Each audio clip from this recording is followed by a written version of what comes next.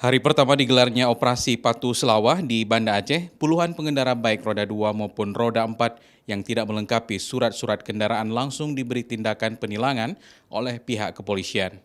Selain melakukan penilangan dan teguran bagi pengendara yang melanggar, pihak kepolisian juga membagikan masker secara gratis bagi para pelanggar yang tidak menggunakan masker. Operasi Patuh Selawah tahun ini berbeda dengan tahun sebelumnya dikarenakan kondisi COVID-19.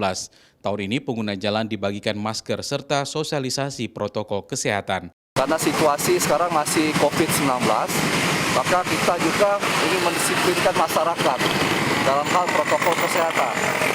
Jadi kendaraan bermotor itu wajib pakai masker.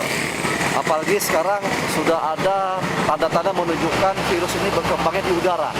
Ya, masker ini penting sekali. Oleh karena itu hari ini kami selain daripada memberikan teguran maupun juga memberikan penindakan terhadap yang melanggar lalu lintas, kami membagikan masker gratis ya kepada masyarakat. Data dari Dirlantas Polda Aceh terdapat 72 kejadian lalu lintas dan 11 orang diantaranya meninggal pada tahun 2019. Diharapkan tahun ini adanya penurunan kasus di wilayah hukum Polda Aceh. Syahril, Kompas TV, Banda Aceh.